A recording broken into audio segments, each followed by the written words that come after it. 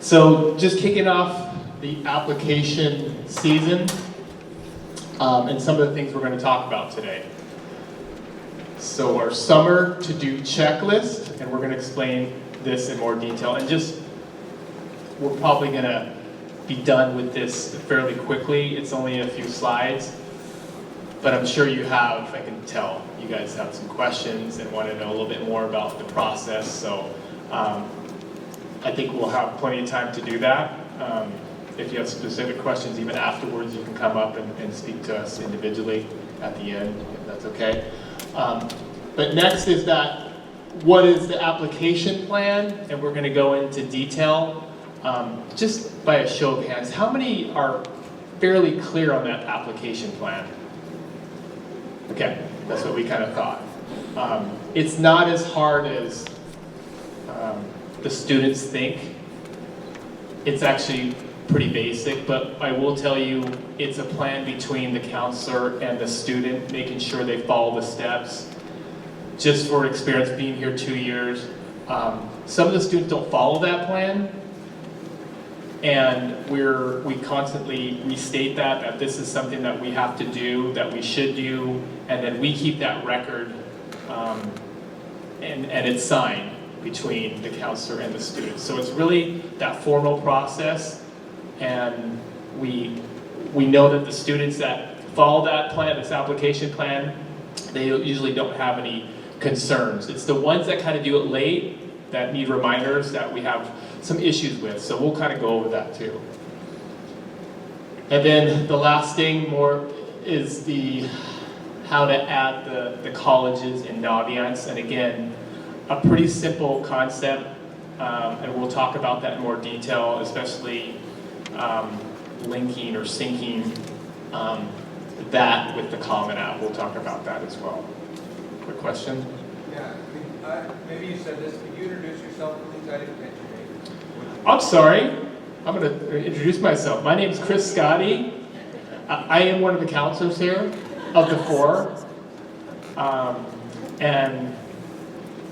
And I'm new to the group. This is going to be coming into my 3rd year with the students. So, so I guess have a different perspective. I think that some of the Bellarmine students I've seen this last year have been terrific, and I'm really looking forward to helping, the rising seniors this year. I think every year, at least for me, every year, when I first got here, I had to write a letter of recommendation, and I only knew the student for less than a couple of weeks. That was kind of difficult. So now, having been here and knowing your students more, the ones that have me, I get to write a little bit more about it. So when we were meeting before, just to let you guys know, we try to get to know the students, more than just their academics or maybe just their sports. We get to know them more on a whole person level, especially if we're doing groups with them. Like this year, I'm going to be involved in Link Crew. I've been on encounter retreats. So all those different ties helps us to get to know the students more on a personal level and talk about, more than just their accolades, more about their character. So, yeah, that's been really exciting. And I think that was the 3rd slide. Who's up next? Is it Wilson? All right, hello everybody. How are you doing? Good. I'm Mrs. Wilson. I'm the other counselor, one of the other 4. I have formations Fernandez and Monterelli, okay, just as a point of reference. And then, like Mr. Scotti touched on, we're going to be doing reviews today, just so your seniors or your rising seniors will know what to work over the summer, so they come back ready to go in the fall. And we're also recording this, so for those of you who are taking notes, just know that there will be a presentation that we'll be able to share out here for you to review and reference back. Okay, so summer college to-do list. So we asked seniors or juniors when we met with them second semester, those green sheets that we handed out are what we reviewed with them. So expectations are that they will come back with the 3 things ready to go in order to have their senior meeting. And that is their application plan, their senior questionnaire, and then matching their colleges with the Common App, okay? So what we're gonna focus on today is just a little bit about the application plan. We did make changes and updates to the senior questionnaire. They will have access to that so that they can start working on that. And that's what we use to help us fill in any additional information for writing letters of recommendation, okay? So they can find their college list and their to-do list on the My Bellarmine. We'll also email it out in July. And then the college application plan is available to them now on their My Bellarmine and also on Naviance. So the application plan, like Mr. Scotty was starting to touch on, is just our agreement with your student. The application plan allows the student to do their research. We like to empower the students to know what schools they're applying to, know information about that school and why they want to apply there, so that when they meet with us, this is more of a collaborative moment for us to talk about those schools, learn more about why they want to choose those schools, and then allows us the opportunity to kind of give them our feedback, suggestions, okay, so that we know they've educated themselves on these schools and why they want to do that. Okay, so this is an opportunity for you to work with your student to get that application plan somewhat ready. And they can make changes to that after they've completed it. But in order to have that initial senior meeting with us, they have to have that application completed. Okay? So we work with them. They're going to rank that list of schools in order from strongest interest to least interest. And there is room on the application plan for up to 9 schools. We ask them to kind of itemize them in order that way. Then it also works as a contract between the student and ourselves. So as you can imagine, we all have 2 to 3 formations. So we're writing letters and helping applications for anywhere to 40 to 70 students. And so each student is going to have their own application plan, their own college list. And so to help us keep that in track, we have them do this application plan. So once we meet with them, we sign off on it, they sign off on it, and becomes their official list of schools they're applying to, okay?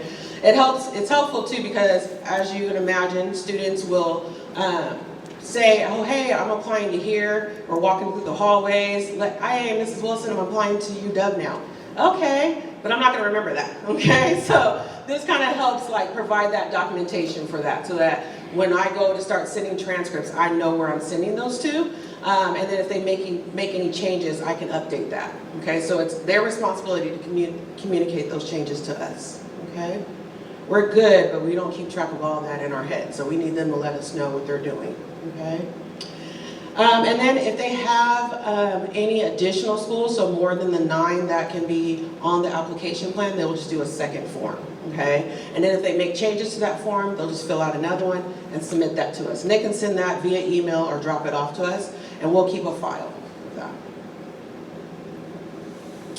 So this is what the application plan looks like.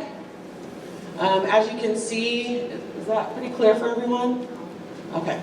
As you can see in the top, they're going to list their 2 teachers that they have asked for letters of recommendation. So if they have had their junior meeting with us, then they know right now is when we're encouraging them to reach out to teachers, okay? Most teachers already know that, especially if they are a junior year teacher, are inclined to know that they will get asked. Some teachers only have so many letters that they're willing to write, so we encourage teachers, especially for the ones that are most popular, who get asked the most, to reach out to those teachers sooner than later, because they might meet their capacity for how many letters they're planning to write in the fall. So, and then we encourage students to talk to their junior year teachers. You will see as they start doing their application plan, most schools, especially if they're doing Common App schools, will require at least 1 teacher letter and then the counselor letter, okay? Some of your more competitive schools will ask for 2 teacher letters, sometimes more. And then you'll also see that a lot of schools are starting to ask for optional or additional letters. Those could be community letters. So those are those people, like students wanting to ask their coach or a pastor. They can also send those additional letters. But we are only taking responsibility for the teacher letters here, Bellarmine teachers. So they will ask that teacher for a letter. The teacher will complete the letter, and then they give the letter to us. We upload it on Naviance now, but will be school links, and then we send those letters on their behalf. Okay, so that's kind of how that process works. So they'll list their 1 or 2 teachers there.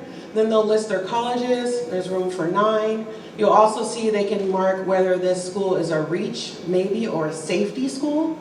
We do encourage students to have a little bit of range in both those areas, okay? So we want them to have a couple reach schools, schools that they know that they really, really are passionate about wanting to go there, but maybe just on paper, based on GPA, test scores, they might be a little bit out of that realm for that school, but they still want to apply. They still want to see if they might be getting in. That's a reach school. Safe schools are schools that, based on their research, based on the numbers, they feel pretty strongly about their odds of getting in, okay? And then there may be schools might be because they're just unsure about that school, or they're worried that school's unsure about them, and so they still want to have them on the list and keep them as a consideration. Then they're going to decide how they're planning to apply, whether regular decision, early action, restrictive, or if that school is rolling. Rolling just means they take applications as they come. There's no hard deadline. And then early decision, okay?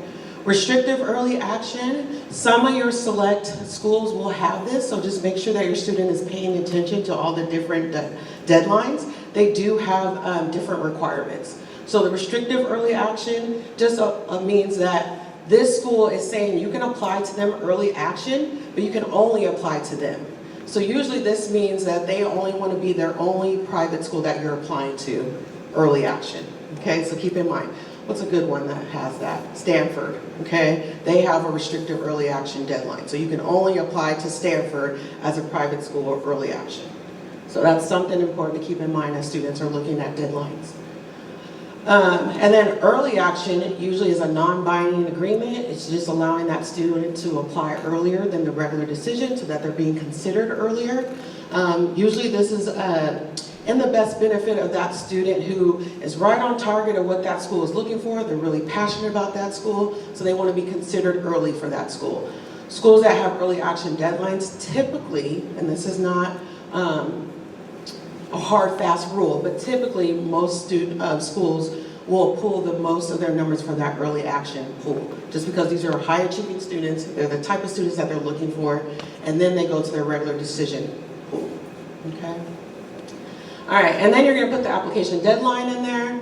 You're gonna know if that school uses Common App or not, and as we're seeing, more and more schools are being added to the Common App. So if your student is planning to apply to a lot of schools, a lot being, I had a student who applied to 25 schools this year.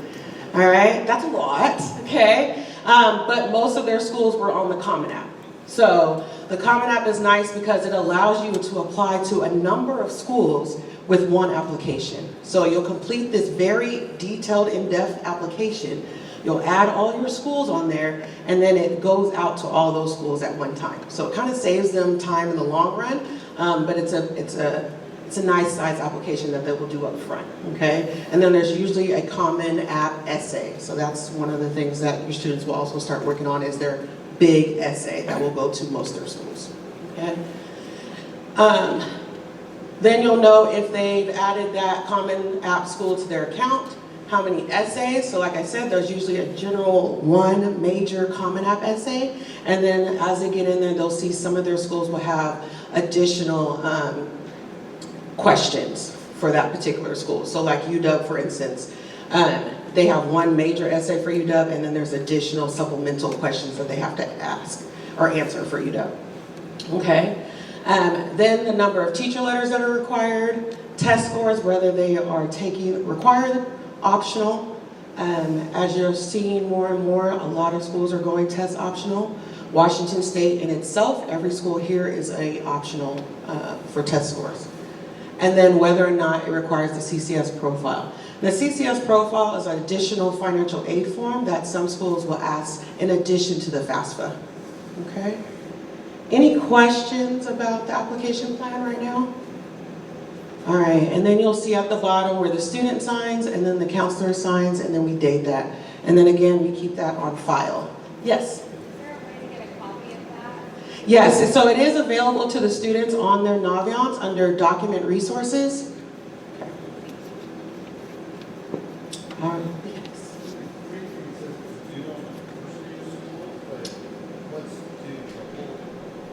Yes. Yes, so we made it available to students so they can start working on it now over the summer.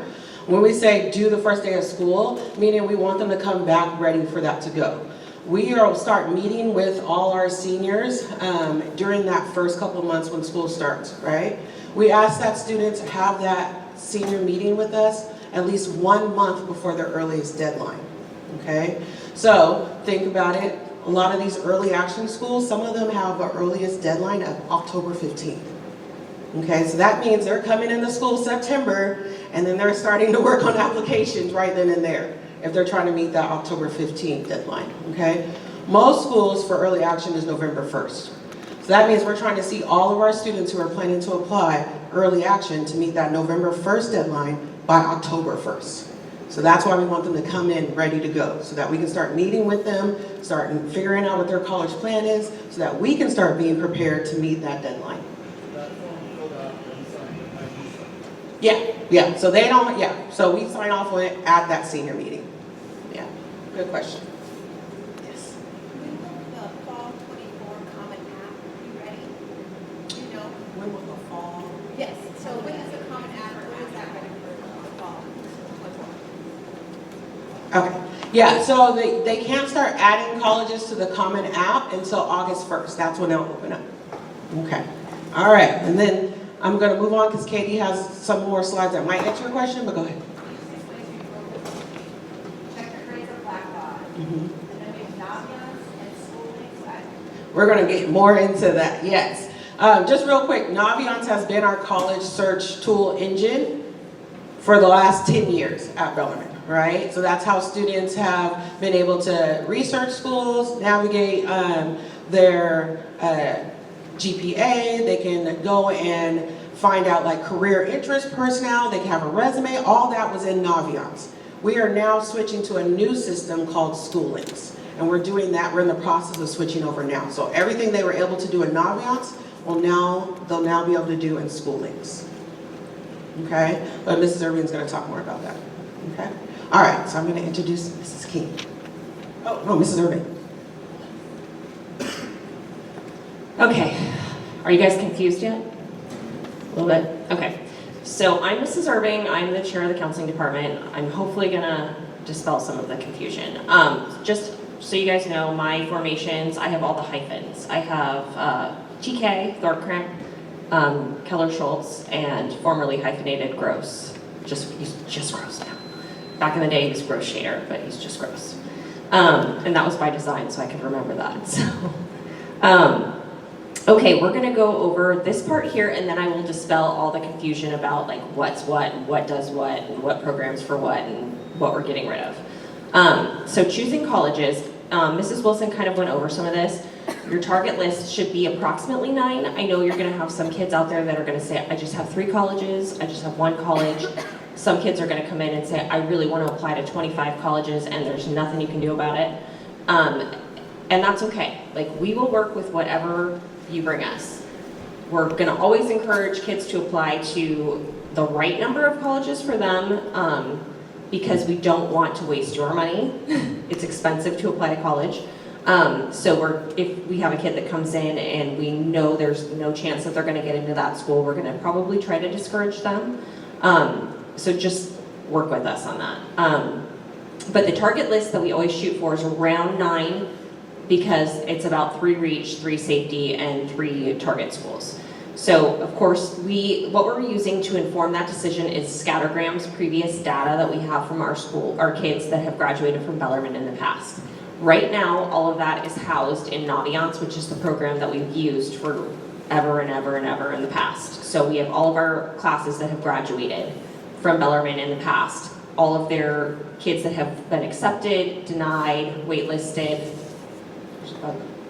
all of those things. So that's where that data is currently housed. They're in the process of transferring it over to School Links right now. Our IT program is working with School Links. It should be in the next month in School Links. So while kids are doing their research right now for adding colleges, they're looking into Naviance for that scattergram data to look and see, is this a target, is this a reach, is this a safety? So they're pulling data from Naviance. And our contract with Naviance is still going for another approximately a year, so we're able to pull that data with them. In the meantime, we've moved on to School Links, which is our new program, which is way better. Ask your kids, they've already been in there, they love it. And that is going to be the program that we use to send their documents to colleges in the fall, and the program that they use to put in their colleges that they're actually going to apply to. So that's what we're going to be using for that. I see some nods, so you guys are with me so far. Okay, excellent. So that's how we want to proceed over the summer. When they're looking at colleges that they want to see as far as colleges they're interested in, what we ask them to do is kind of a hybrid. They can use Naviance to look for the colleges that they're interested in, or they can use School Links. But ultimately what they're going to do is put their final list into School Links with us when they meet with us in the fall, okay? So they can create their colleges they're thinking about list as much as they want to in Naviance, and then they can transfer that list over into School Links, and then we will finalize it with them in the fall. I know it seems like busy work, but it's actually very quick. And I will give you guys a demo later, probably in 10 minutes here, where I'm going to show you what it looks like. Okay? But the most important thing that you need to take away from this is that their target list should be in rank order when they're filling out that application plan, and that's their final list that they bring with them when they come and meet with us in the fall, and that they need to be very deliberate about that decision, what they have there, because that is the binding list. You know, they can always change. I mean, we're not going to say, like, if you decide in October or November, oh, I decided to add this school, we're not going to be like, no, it's too late, we're not going to do that. That's not going to happen.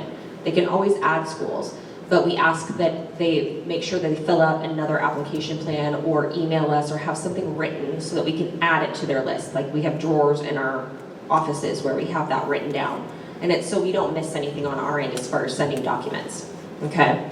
And then we ask that they pay attention to those reach, safety, and maybe lists. And when they meet with us in the fall, we will give them our suggestions as well. If we think a school might be too far of a reach, or if we think, you know, maybe there's another school you should add, we will give them our suggestions as well. So, okay, so Mrs. Wilson went over all of these already. And if there's questions at the end, we can talk about this some more, and we will make these slides available to you. If you want to take a picture of it, you can, but this is what goes over all the different decisions. And I know there's a lot and it's confusing, but basically what you really need to know is early decision is binding. So if you have a student that is like absolutely married to a college, that's their school they want to go to, and especially those high flyer colleges, they do tend to take more kids from early decision, but you are bound to that school if you apply early decision. So if you decide to do that and you get in, that means you have to go there. Unless for some reason financially, when they send you your financial aid package in the spring, you can't make it happen, okay? So that's what you really need to know. And again, those are early dates, right? Early action, non-binding. Typically, I like to guide my students to apply early action if they can pull it off, because a lot of times colleges take students from that pool. The other thing that you need to think about with early action is you're done. You find out before Christmas typically, so it takes a lot of stress off. And then students that are applying to majors that are impacted, which means there's way more kids applying to those majors than there are spots. Engineering, business, nursing, computer science. Those types of majors, you really should apply early action because you want to be in that first group of kids that they're looking at, okay? Regular decision is regular decision. So if you have a kid that you're just trying so hard, it's like pulling teeth to get them to fill out anything, probably regular decision is the way to go. And then rolling is even better for you guys because they take them as they come. So a typical example of that would be some of our Washington schools, like Central Washington is rolling, Eastern Washington is rolling, PLU is rolling. So they have every first of the month, they look at applications, and by the first of the next month, they will give a decision, which is fantastic for some kids that just doing school is too hard for them, let alone trying to fill out the application, okay? So and that I should stress this as well while we're talking about this, there's a school for everybody, and we will talk about this at our fall meeting too. Please don't panic. I know it's hard. you're looking at your kids right now and you're thinking, how are we going to do this? It can be done. There's a college out there for your kid, and we will help them find it. This is not just, will not leave me alone. Okay, so again, we say this on here, and it's really to try and light a fire under your kids. We really want them to get their application submitted by November 30th. We know there's kids that aren't going to do that, but we really want them to try and get it done by then. And it's not so much for us, it's really so that they can not stress about it anymore, because dragging it out into the spring, it doesn't help them with their senior year. There's so much going on, and to just have to drag that further is not helpful for them. So really, if they can get them done by November 30th, we want them to do that, yep. Okay.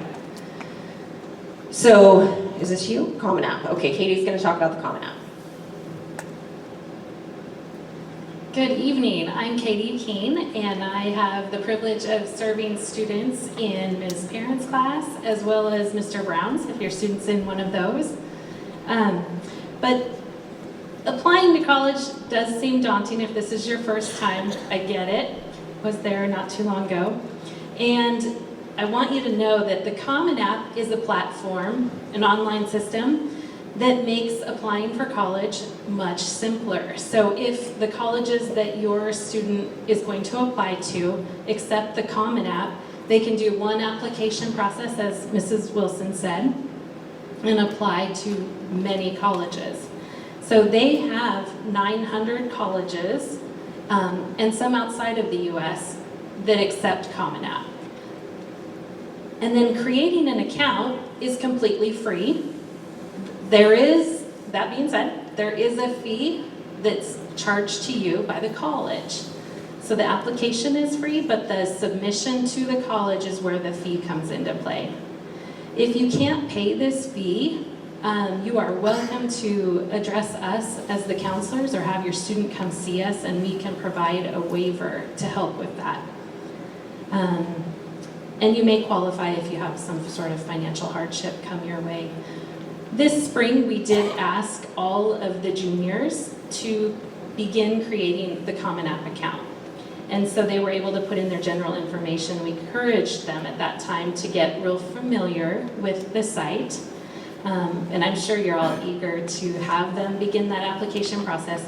But as we mentioned earlier, one more time to emphasize that it doesn't go live until August 1st. So the Common App recommends that you need to have some things with you to fill out the information. One of those being the unofficial transcript, and you can find that on my Bellarmine, aka Blackbaud, for those students to be able to itemize their classes and the grades they got for each of them. They're also going to need their test scores handy, so they'll report those. And then there's a section for an essay, and that answers one of 6 prompts they can choose, and it's their opportunity to shine and express their personality through that short 600-word essay. So we encourage the kids to start thinking about this over the summer and start, thinking about what has changed them, what's been impactful in their life. How could there be one significant event in their life, or maybe there's a handful of events in their life that they could tell a quick story about and draw a conclusion from that and express it through that essay to give the reader just a glimpse of who your child is on a personal level. There's also going to be an option to include a community disruption statement, and this was really helpful for those going through the pandemic. It allows students to make a few statements about how that impacted them, if their grades were impacted. But it also could be a section that maybe if you had a tragedy in your family or there's been a significant event, that you could report something there. And then some colleges aren't going to accept that Common App. They're going to want you to apply directly. So that's where it's important to investigate the list of colleges that your student is looking at to see if they want that direct application. Georgetown being one of them that comes to mind.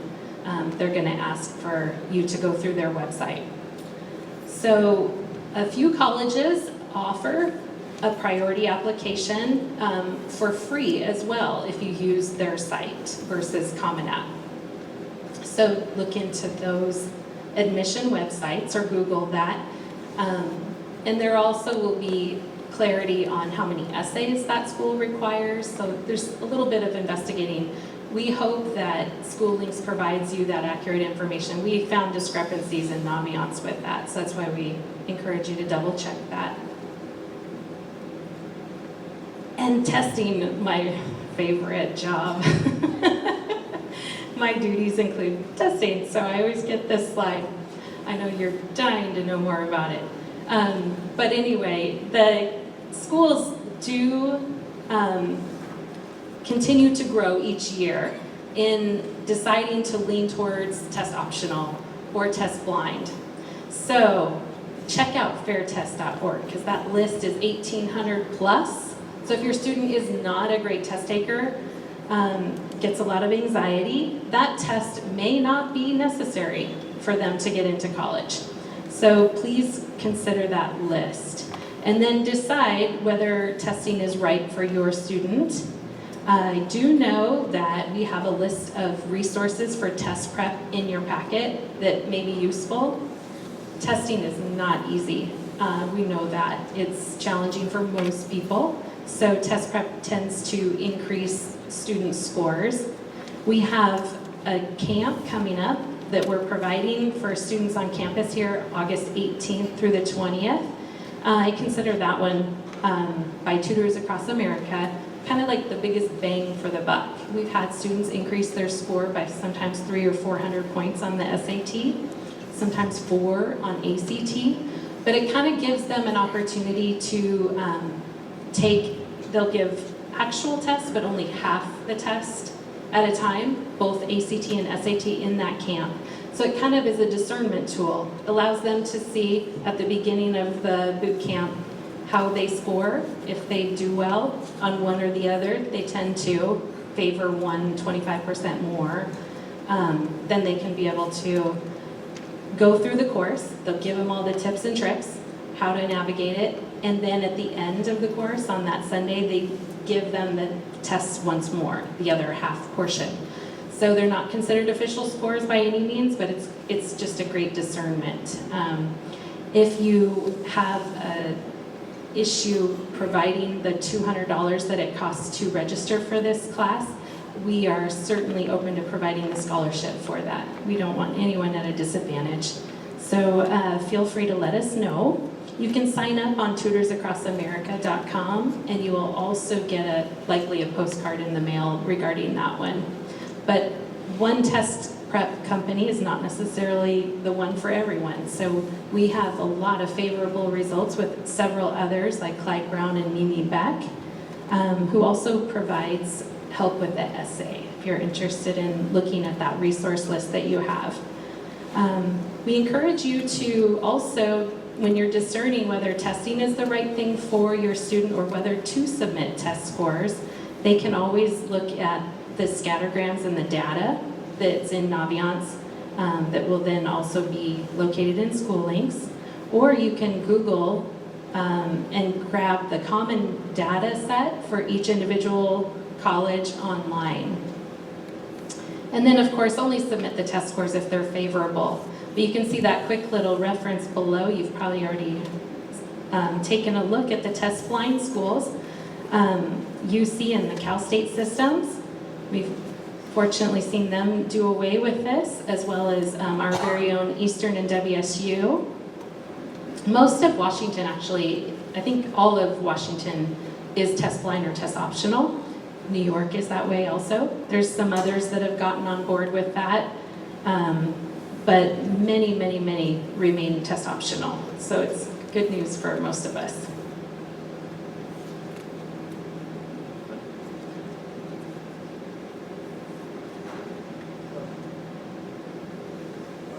Yeah. Testing should be complete, so it generally takes them, it seems like they're turning it around anywhere from, I would say, 2 to 4 weeks for the results. So I have heard that there are no more locations that are open right now for the SAT through the summer. I'm glad you prompted this question. We do see them open back up in the fall. So it's a system that you want to log into and check daily in the summer, especially towards the end of July, because they'll start to open up the sign-ups. And they go quickly. There's really not as many test sites available anymore. You also know that we're going to offer an SAT in school here as a safe date to keep in mind. October, I think it's the 11th, if I'm not mistaken. It's a Wednesday. It's 11th or 12th of October. We will offer the SAT, and it's going to be in paper and pen for this last test date. In the spring, everything shifts digital. So for the SAT, your students will be the last ones to take the paper version. And hopefully they'll have some ACT dates available, possibly, for if you haven't already signed up. There may be some locations that will let your kids sign up before the summer's through. But they do take a break. There's a gap in August where end of July, August, they're just not doing tests.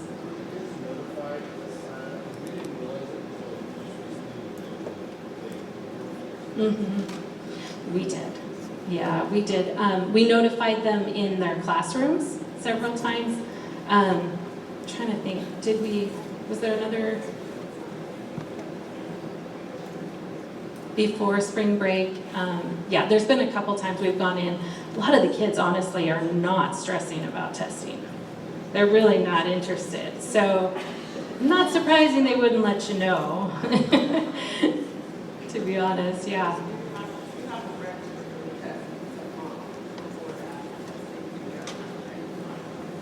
Yeah, there is a gap, as Mrs. Wilson, if you couldn't hear her in the back. They want you to sign up 4 weeks in advance of the test. Yes. Correct.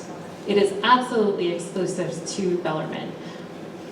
Will there be like an e-news that can kind of remind what to sign up for? Yes, we will. I'll put a post on the website. There will also be one, I'm sure, under testing tile on my Bellarmine. We will allow the students to be able to sign up on the Google Sheet for that.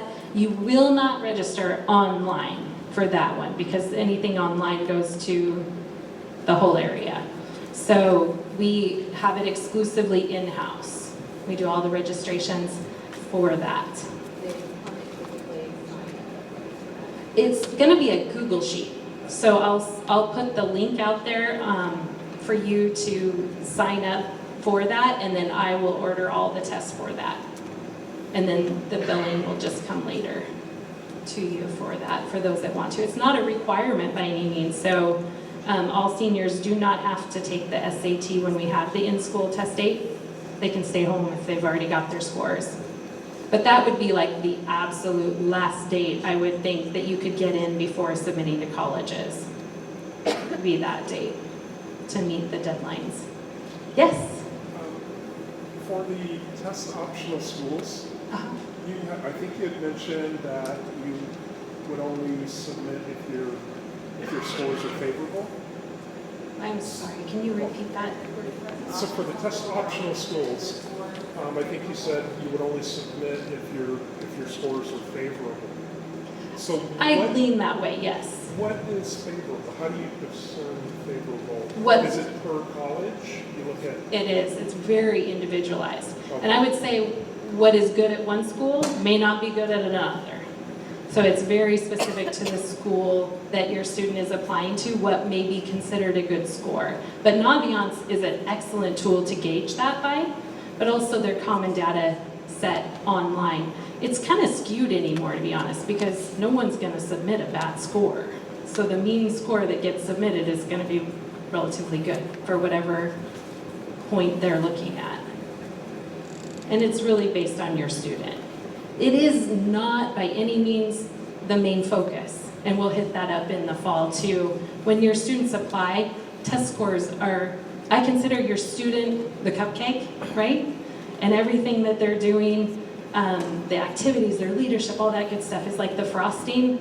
Test scores might be the sprinkles. Okay? Definitely not as important. That makes sense? Okay. Any other questions regarding testing? Okay, we'll be able to answer more if there comes one later. Thank you.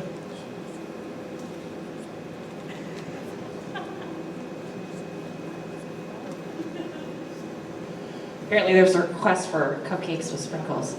I know we're all hungry now, yeah. I can't stress enough how much, we're all of this generation that testing was like absolutely had to do. And so it's hard to like wean off of that, right? But we visit colleges all the time and talk to college admissions officers all the time. And it's really becoming less and less of a thing. It really is. It's only like the Ivy Leagues and like the deep South schools that really are still clinging to this concept of like must test. And I mean, Chris and I were at NACAC, which is like the big conference for colleges and college admissions people every year. And we were there last year, and I sat floor seating only. I sat in a corner on the floor, okay, to discuss what colleges are thinking about the future of testing. And a lot of them said, we're taking the data from what happens when we admit classes with kids that did test and kids that didn't test, and we're seeing what the difference is, how they perform in college. They're seeing no difference, okay? And that's why it's not a big deal anymore. And they're realizing, hey, this is kind of dumb. Why are we still doing this? Why are we putting kids through all this stress when it really doesn't make any difference in their performance in college? And so that's becoming more and more of a trend that they just don't do it anymore. They don't need it. And so that's why you're seeing less of it. And I know it's hard for us to get our brains around, because for us it was like, must SAT, must ACT. And it really isn't a factor. You're gonna find, I think, maybe in the next, probably, for Georgetown, probably 10 years, but for the rest of the schools, probably like 6 to 7 years, it will not be a thing anymore. Which I'm very excited, because I think of the College Board as like the Death Star. I even have a picture of it on my office door. So they're really fun to deal with. So moving on to school links, this is gonna be a game changer, I think. Our kids love it, like I said already. So what I'm gonna show you, we are not ready to have them create their final list in school links yet, but I wanna show you guys kind of what it looks like so you can kind of see what is this mysterious new program that we're talking about. Because I hate talking about it and not having anything to see. So I'm gonna get out of full screen here, and I wanna get into school links so you can see what it looks like. So if you and I just want you guys to know that you cannot access it quite yet, but you should have login information, and then they're trying to upload all of your parent emails right now, and then you should have access to it in the next couple weeks. So if you go onto school links, your student has access right now. And the way that they do it is through their Gmail that they have through Bellarmine, okay? So all of our faculty are getting logins right now, and then we all have logins through Google. So I just go to login with Google, and I pray that this works the way it's supposed to. It's done it every time for me so far. And so you log in with your Google account, it takes you to a dashboard. Now, this is my faculty dashboard, right? But I can log in and demo as a student so you can see what it looks like. And it's gonna give me a fictitious student. So I can choose any grade. So for you guys right now, I'm gonna choose grade 11. So you can see what your kids can see right now. And so it's gonna give me this fake student, and I'm gonna continue. So once we're in, it tells them what their to-do list is. The first thing that really comes up is this quick questionnaire that tells them what their personality type is, and it compares them to a few celebrities that are like them. So I got the director, which was when I did it under my personality type, which is no surprise since I studied film production in college. So you can tell that it's actually pretty accurate. Then the next thing that you get after that is it tells you what your to-dos are. So you can see that the next thing is the senior questionnaire, which is what we've asked your kids to do. I can tell you already we've given these kids 0 directions on how to use this program except to go in and start. And already we've had, I want to say like 60 of them already do all their tasks that they're supposed to do already. It's that easy. It's gamified. the trend word to use. So they know how to use it because it looks like all the stuff that they're already doing with their social media. So they've been in there doing that. And then it has like a news feed on the side. We're able to put in job opportunities for them. They can look at local job opportunities. They can look at internship opportunities. They're all fed to them from School Links itself, but we can add in our own things as well. So there's like a running feed on there. But what you guys want to see is the school stuff. So I'm going to show you that. So if you go to colleges over here, you can go to this and you can do school search, favorites and lists, your final list, and admission stats. So they're right now behind the scenes. We have a guy named Tom, who's amazing, and we have our own person at School Links, which is also awesome. So we know who he is, we talk to him, we have our own person versus like some person that we never see that we can't ever get a hold of in Naviance. And this data is all accurate and they're building it as we talk. So I talked to Tom, what was that, Friday? Monday? I can't even remember what day it is. It's Monday right now, it was Friday we talked to Tom. And we said, hey, we need this stuff like ASAP, and they've already added more stuff for us since then. So you can go into school search and you can look at what you want. And so you can add a college, you can check it by 4-year, 2-year, non-degree, private, public, whatever you want to do, you can whittle it down. But you can also expand this map to look by area if you want to, however you want to do it. You can go through the campus type, admissions, you can add in your GPA, your score, and once you have these things populated, it will do it for you. So your student stuff should be in here, or we will add things in as they get scores. You can even do a VR tour if you want to look up schools that just have VR tours.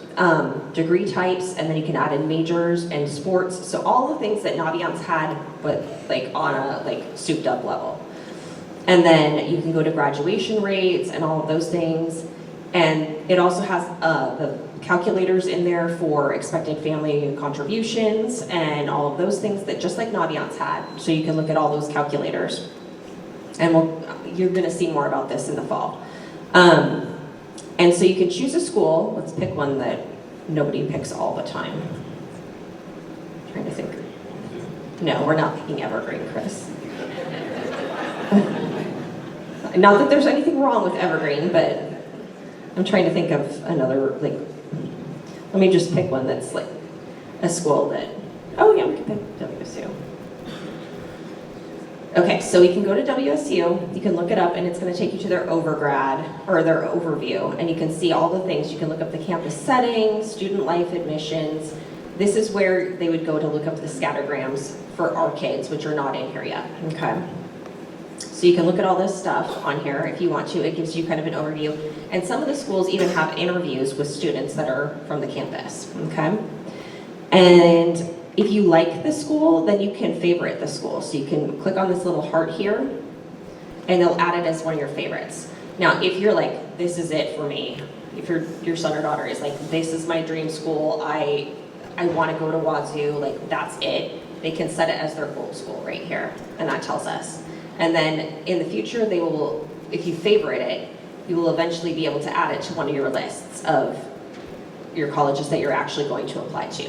For now, we're asking them to hold off on that part until it's actually ready to go for them.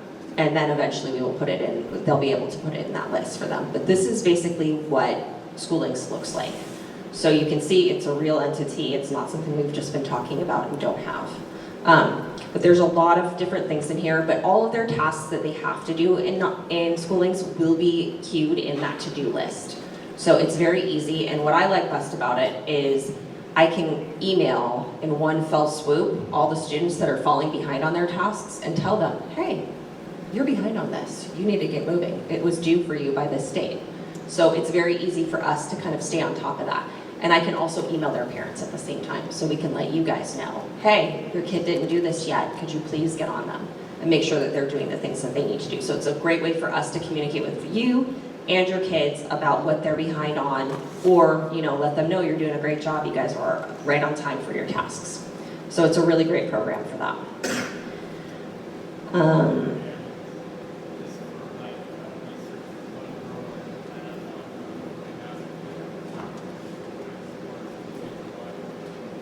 Yeah, so Chris is saying we have kids that are really interested in specific sports in specific schools. And in specific areas. So like maybe you have a kid that's a D1 gymnastics, only wants to do it in California, you can just narrow it down right to that if you want to. So you can really hone it to specific things if you have a student that's really looking for a bespoke program. So that's another thing that you can do. Okay, I think now we're ready for questions. If you guys have general questions or something specific, we can all come up and address the areas that we discussed. Is the Common App, can I get to the Common App as a parent? No, so you can, but you're gonna have to look over your kid's shoulder.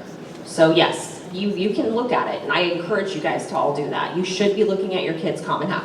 You can't have your own account, but you should definitely see their progress. I have a lot of parents that make assumptions about what their kid's done in Common App. I can't tell you enough. Please look and see what they're doing, especially because they make mistakes too. I would even proofread what they've done. Like, seriously, sometimes we get a lot of questions about silly things that probably parents could have easily caught if they just looked at it. Like, what year am I? Like, you're a first-year student. You're a first-year applicant to college. Like, come on, you can do that. You can do it. So yeah, if you guys could help them out, it would make our lives a little bit easier too. I've had a lot of kids, I mean, not a lot, but I've had kids in the past where I've had to they were afraid to come talk to me, and I've had to hand walk them through their Common App. And it's, in April, and it's, you guys could do this, but they just didn't want to ask anybody, so they were embarrassed. But you guys could check with them and see, that would make it a lot better, and then they don't have to end up doing it at the last minute. Yeah. What else? Colleges consider applications differently if they come in via direct application versus Common App. Do they consider things differently? No, the only time it's helpful, if a student has an option to apply via Common App or direct to the institution, the reason why it can be helpful sometimes, an example I would think of is University of Portland. A lot of times they'll bomb a student and say, hey, if you get your application in by this date and you apply directly, we'll give you a priority application. And it sounds fancy, but a lot of times they'll let them apply free if they do it through their priority application. And of course, we're never gonna discourage kids from saving money. So if you can get it free to apply directly to that college, go for it, for sure. Sometimes they try to make them think oh, I get a lot of kids that are I got offered a priority application to such and such. They think it's they're gonna get some sort of benefit from that. The only benefit is really getting it free. I think a lot of schools used to have their systems where it was easier for them if they did it directly to them, but it's really not a big deal. Yeah. Sometimes it's just more beneficial to do it through direct application because sometimes it's quicker, right? Mhm. So that's why we said if you're applying to a lot of schools and your schools are on the Common App, it makes more sense to do the Common App. But if you're only applying to a couple schools and they have a direct entry, then it'll save you time just doing the direct entry and doing the in-depth Common App application. Yeah. So on the Common App, I know there are some schools that require supplemental essays, things like that. How easy or hard is it to find that information? I mean, are the colleges pretty specific when they say apply here, but you also need to do this? It will not let you submit the application if you've not completed all the fields for that college. Yeah, you can't get past the supplementals. Yeah, you can't submit it. You will not be able to submit. But I want to stress this. Don't think that the supplementals, don't have your child do all their energy into the big Common App essay and then just be 1, 2, 3 for the supplementals. Those are really important. Colleges really do read those, and they're very specific to the college. They want to see that you know about them and that you've done your homework on their program and that you've done your homework on that college. And they stress this a lot when they meet with us as counselors. So don't blow them off, and tell your kid not to blow them off. Don't spend all your time on the big essay and then the night before be oh, we'll just write a couple sentences. Don't do that. And we work with them. We have things in the fall that we do called Appy Hours where they can come up to the counseling department on Wednesdays and work with us. Isn't that clever? We didn't make it up. We stole it from another school. But they could come up to our offices and work with us on their essays and on their supplemental questions, and we will help them craft the answers to those things. So, yeah. You'll see it on there, you're done, complete, but it will not let you finish for Seattle because you haven't completed a step. Yeah. So it won't let them submit it unless call it a to-do list on that one, it was saying to do the, search for colleges in Nottingham. Should we do that, or should we just go straight to the other one, to the school link? Like, if it makes it more confusing, like, something on one and then have to do the other one? Right, so the question is, should you search for colleges in school links or should you search for colleges in Naviance? I really think you should use both and kind of combine. What you really want to use Naviance for is using those scattergrams. If you're like chomping at the bit to look for colleges right now and you look at that data. And of course, like you guys are asking about kids, asking about, I just lost my train of thought. Oh yeah, testing, thank you. See, we work together for so long now, we just read each other's thoughts. And that's really true, actually. But if you're looking for testing, like, is it beneficial for my student to test and should I send their test scores? You can see on those scattergrams, like previous kids, their test scores and their GPA, right? So you can see where does my kid fall on the test scores, and if their test scores, are not as good as everybody else that's gotten into that school, then don't send them if they're test optional, right? You can see that yourself. It doesn't take a genius to figure that out. Yeah. You won't see those in Naviance. Right, so when you're looking at the common data set for a school, like if you Google common data set, you can see some of those crazy GPAs because a lot of, especially for the California schools, because they tend to reweight. We don't reweight.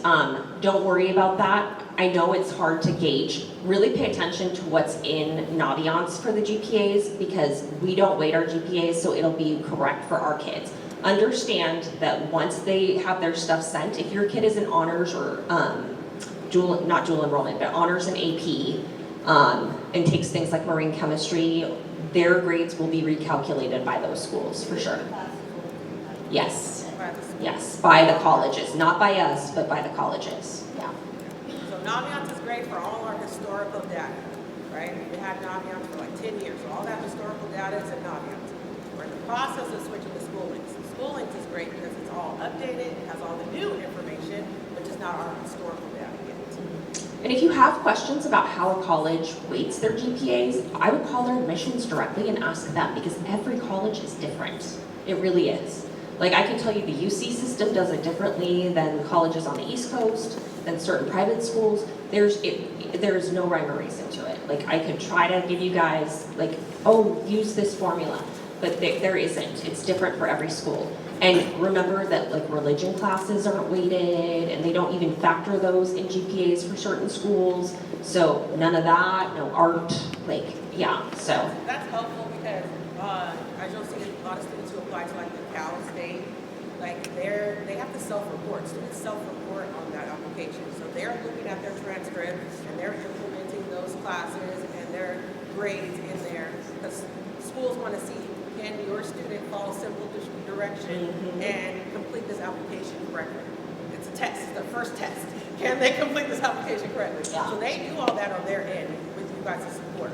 But we can help with questions, but that is the application they're filling out. We don't even submit anything on their behalf for a lot of those California schools.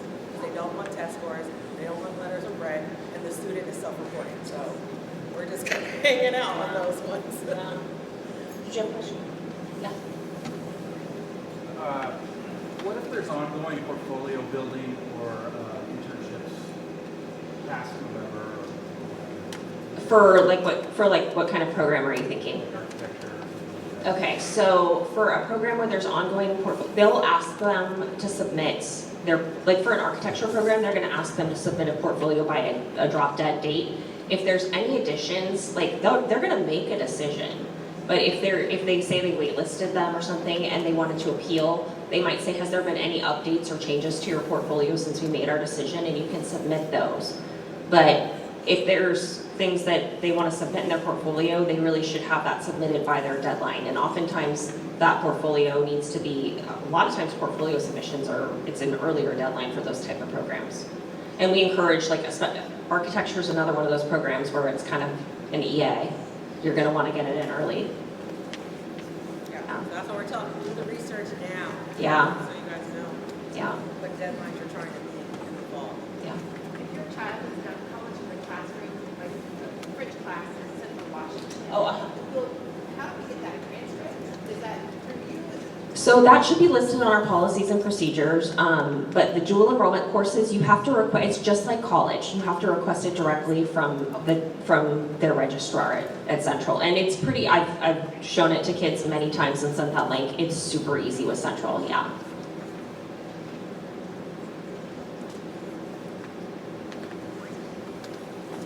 All right, anybody have one last question? No? All right, well, we are going to meet with you guys again in the fall for actual senior parent night, and we will have a guest speaker to come and answer more of your questions then. Thank you for coming.